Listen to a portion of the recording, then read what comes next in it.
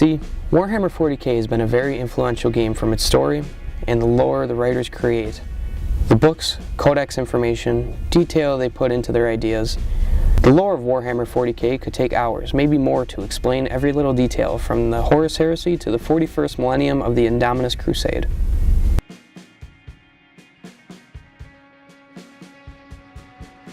Here's a view from the sea of games and books that Games Workshop has published. Here, gamers can play as well as purchase miniatures to extend their armies.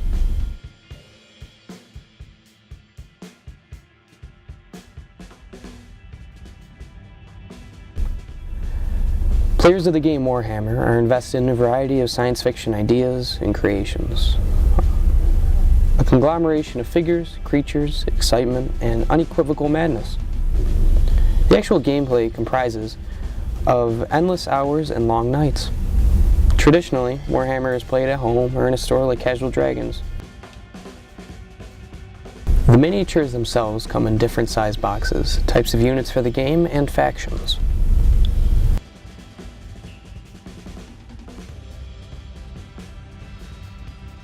The largest are starting sets, the medium boxes are fleshing an army out, and last but not least, the smallest boxes are for small units, mostly cannon fodder. Knowing how unknown that the Warhammer community and what they think are due with the game is strange, and we wonder how they got into the game, we went to interview Kevin, a player. How exactly did you get into Warhammer? It's a funny thing, I don't actually know. I remember like watching the stuff with you on YouTube, like about Warhammer, before we actually like started looking at the game or anything else with it. It was just like another series. You were more into it than I was at first, and then I remember I got like more into it, and then when I got my license, I actually went up to the game shop. So it's like, woohoo, I can drive anywhere I want now. So I did. I went up to the game shop. I queued up a demo game, because most game shops will let you just play a demo to like see if you like it before you actually buy anything. And I played a game, instantly liked it, and decided that I was going to get into the game. So the next question is, what exactly is your army to you, or what is your army basing off of, group or faction? Like my army in terms to me, or Warhammer specifically? Kind of both. Well, in terms of Warhammer, they're part of the Chaos Space Marines. They're a branch off of them. They're called Alpha Legion. And Chaos Space Marines are kind of like the fallen versions of the normal Space Marines.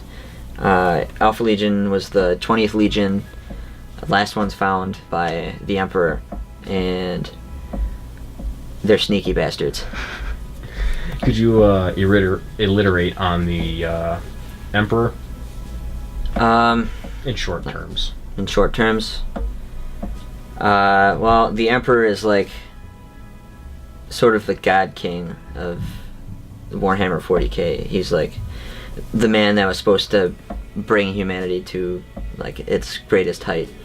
And in most senses he did, until the whole business with the Horus Heresy, which is like hero's downfall / intergalactic civil war. Bad business. But now he's just a giant skeleton in a chair, essentially.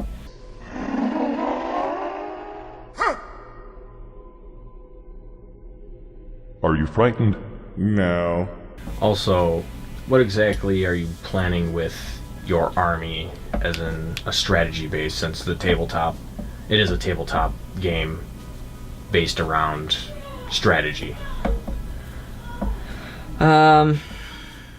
Like I said, they're sneaky, so my plan is, initially, I'll only have a few guys actually shown when they're on the table during deployment. What I can do during deployment as Alpha Legion is hide my guys, like they're setting up an ambush, essentially.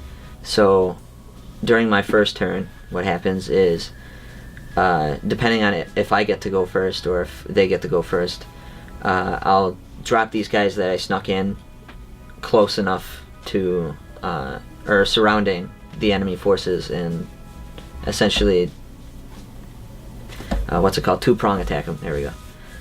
It's like a two-prong strike sort of thing. Chaos Space Marines let you do a lot of different things depending on how you want to play, and that kind of customization, or what's the word? Customizability. It sounds like a mouthful, but it's kind of let me. Customizable. There we go. Yeah. That's the word. It's let me kind of really make the army what I want it to be, like what I want it to do specifically, which is a freedom that a lot of other armies don't have as much as maybe Chaos Space Marines do. So, would you say that even when it comes to a lot of the figures and the army building, you can have freedom with creating what you want? Yeah, as long as it's within reason, you can do whatever you want with your army. You can take parts from other armies and put them on your models. You can paint them however you want, again, within reason, because each faction has their own color scheme, or a set of color schemes, more or less.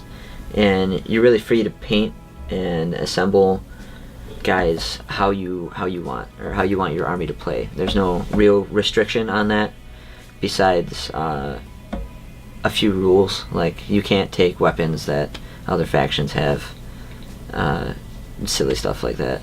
Well, not really silly, but yeah, it makes sense. It's reasonable.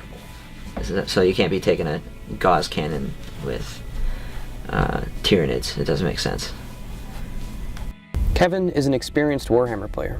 With an extensive collection, he spends his time painting and displaying his formidable army. Culture, bonding, competition, and companionship. These are what define Warhammer. Being a tabletop game may make you think it's on par with nerds playing Dungeons and Dragons in their mom's basement. This simply is not true. No game can ever compare to the community of Warhammer and the entertainment that ensues.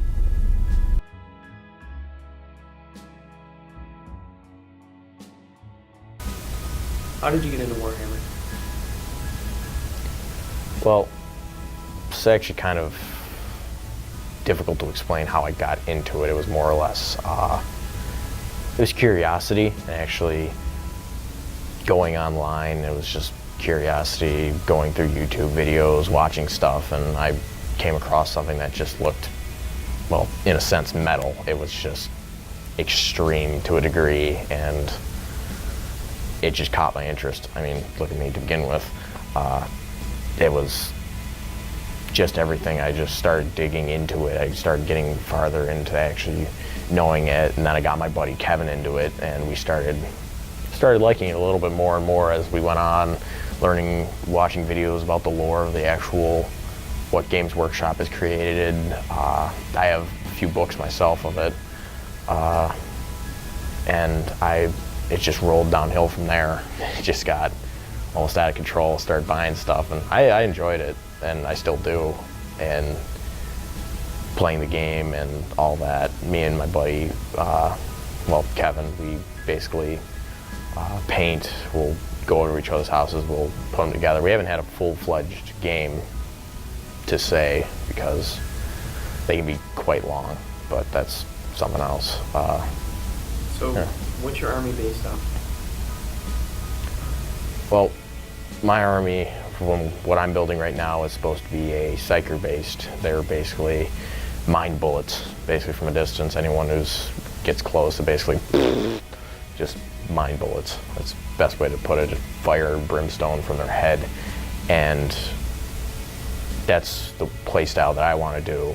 And it's different for others because not many people will play the Thousand Sons. That's the name of the army, and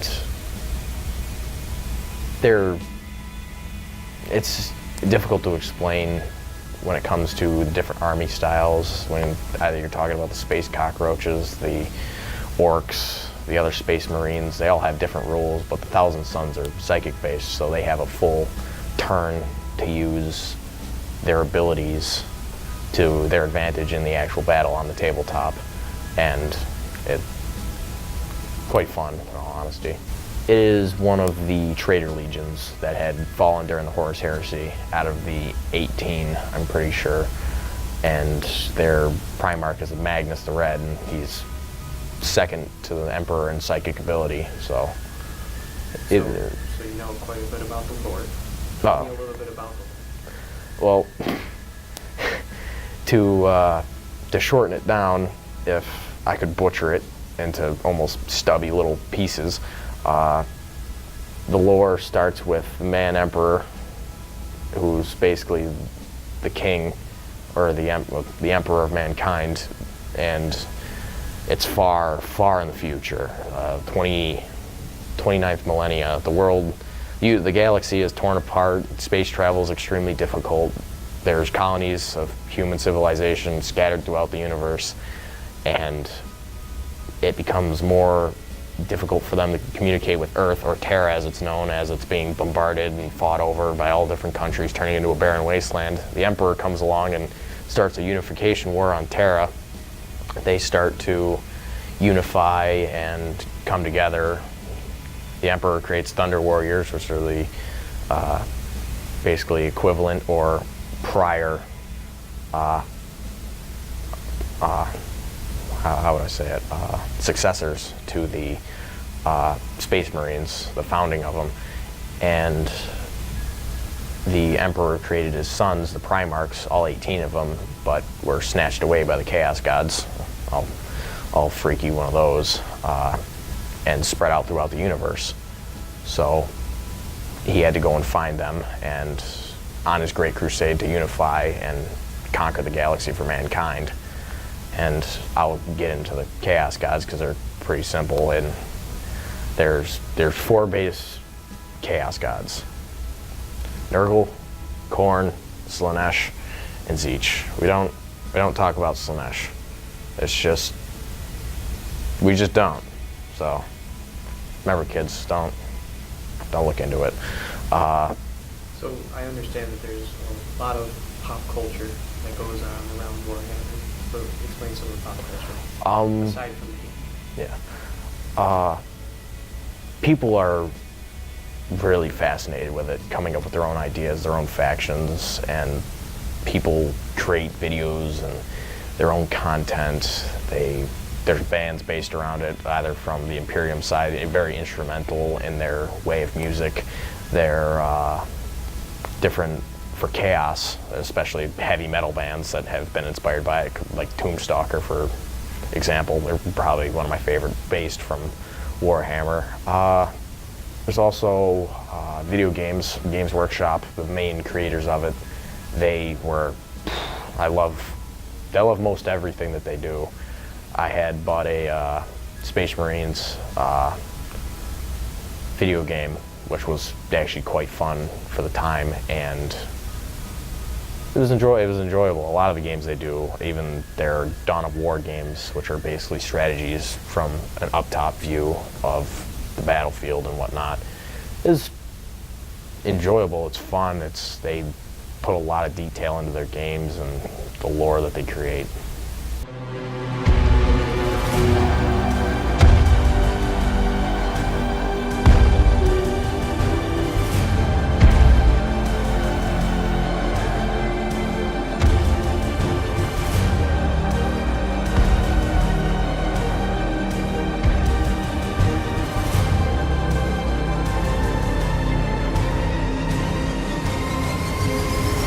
Welcome to Hell's Reach. Is this true, Magnus?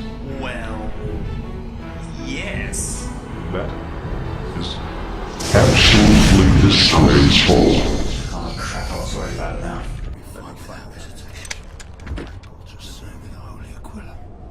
The Emperor protects. But having a loaded bolter never hurt either.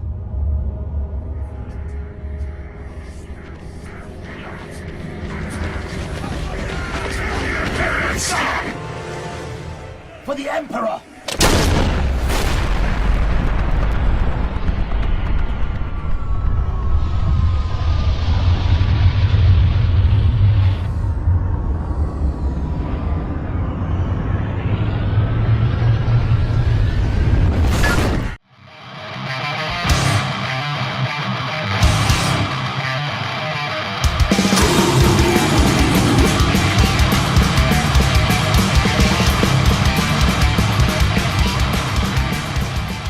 I shall have no fear.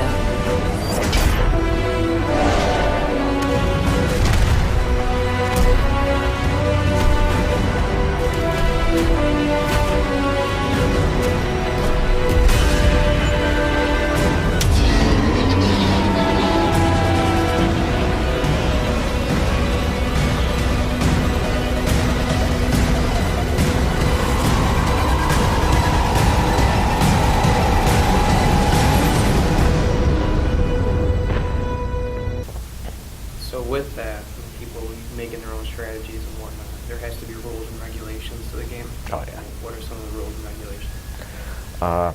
Some of the rules, I'm still getting into it because the game is fairly complex when it comes to the tabletop. There's different rounds, and games can last from anywhere from 30 minutes to 5 hours, if lucky. And depending on how big the army is. The rules are you have to have an army of at least exceeding 500 to 1,000, 1,500, and so forth, going upwards. And you can face someone with the same exact amount, or just a little bit over or a little bit under, to make it even. And when it comes to the actual tabletop, the different phases of a round is the movement phase, the psyker phase, the shooting phase, the charging phase, and then the melee phase, then the morale phase. And they all coincide with each other. It's like almost as if you were to break down a battle or a charging forces at each other and basically break down how things went. Like one side, if they took more casualties, the morale check, you'll see either if you'll roll the dice to see if your men retreat, stay there, or have enough inspiration to keep going. And you have to keep checking for morale at the end of each round, depending on how many casualties you take. It's fairly difficult to understand, and it's still having me grasp the idea of it. I'm getting a good idea of how the rules work. All armies have different rules, different regulations. Each faction can have their own weapons, their own vehicles, their own dedicated transport. It's all very, very complex in its own words, and Games Workshop always piles more stuff into it, especially with the new Primaris Marines, which are, in a word, disgusting to me for lore-wise, because they're just, Games Workshop. Hey, guess what? There you go. If people are getting into Warhammer, congratulations. You'll not have any money, but that's besides the point. Usually, you have a stable job before you start buying stuff, but what I'd have to say is that take your time with it, enjoy it, and just learn as much as you can about it before you dive headfirst into it, which I have, but I've come out fairly unscathed, I guess, when it comes to money and my head having a headache for most of the time of learning the rules and everything all at once. But I've also taken a lot of time to actually look into it. But for people that are getting into it, I'd have to say, go ahead and give it your shot and enjoy it, have fun, and it's an expansive thing to get into. It doesn't even matter if you play the game or not, just kudos to you for getting into it because it's enjoyable. Most fun thing I can do.